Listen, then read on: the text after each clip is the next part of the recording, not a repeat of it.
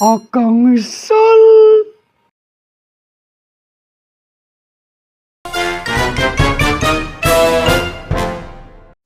Jadi di sini kita memiliki 3 konsep yang mesti kita jelaskan secara proporsional, yaitu ada konsep yang berhubungan dengan dinul Islam, ada lagi konsep yang berhubungan dengan syariah Islamiyah, dan ada juga konsep yang berhubungan dengan al-fiqh al-Islam.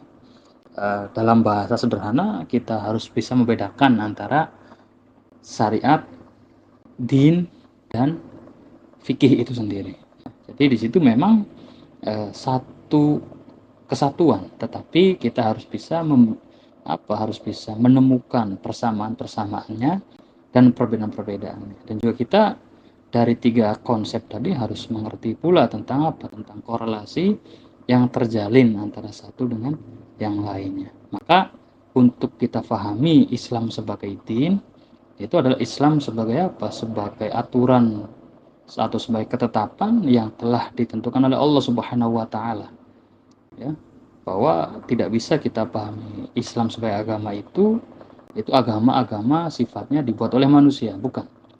Islam itu adalah sebuah ketetapan, sebuah aturan yang langsung ditentukan oleh Allah Subhanahu wa taala. Untuk apa? Ya untuk kesejahteraan, untuk kemaslahatan, untuk kebahagiaan umatnya, pemeluknya baik di dunia ataupun di akhirat. Itu adalah sebuah definisi tentang Islam sebagai agama. Nah, bagaimana dengan Islam sebagai syariat?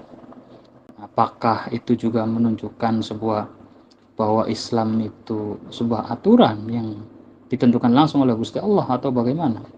Memang pada dasarnya unsur itu ada di dalam arti Islam sebagai syariat.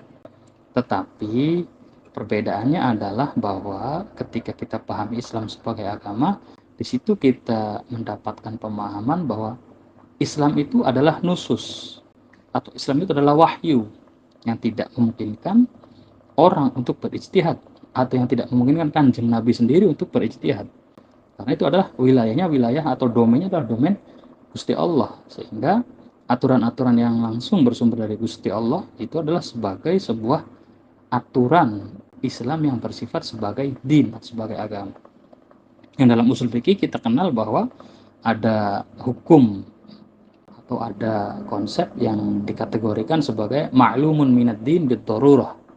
Nah, itu adalah sebuah konsep hukum yang sangat rigid sekali, yang sangat bersumber langsung dari Allah Subhanahu wa taala.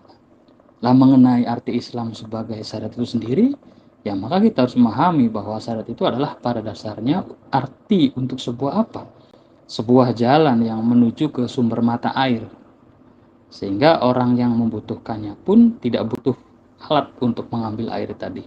Itulah arti syariat secara lughah. Lah bagaimana arti secara Islam, arti syariat secara istilah?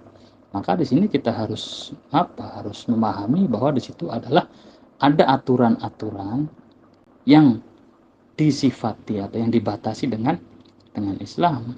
Maka di sini kita menunjukkan atau kita berikan istilah syariat Islam itu sebagai aturan atau undang-undang yang langsung diturunkan oleh Allah Subhanahu wa taala atau ya dibuat oleh Kanjeng Nabi. Nah, Kanjeng Nabi di sini adalah tentunya Rasul, ya, bukan Kanjeng Nabi. Kanjeng Nabi dalam arti An-Nabi yang berbeda dengan Rasul. Itu Kanjeng Nabi yang sifatnya adalah Rasul, yang memiliki umat, yang memiliki kewajiban untuk bertabligh.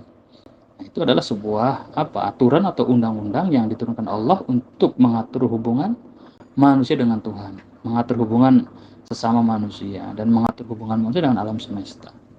Nah, itu adalah syariat. Ketika syariat ini diatur oleh Kanjeng Nabi Muhammad, ya maka dikatakan syariat Islam. Ketika syariat ini diatur oleh Nabi Musa, ya maka dikatakan sebagai syariat Nabi Musa, dan begitu seterusnya. Karena setiap rasul masing-masing memiliki aturan atau memiliki undang-undang untuk untuk mengatur umatnya, baik aturan itu berhubungan antara umat dengan Tuhan, atau antara umat dengan sesamanya, atau antara umat dengan alam semesta. Akan misal.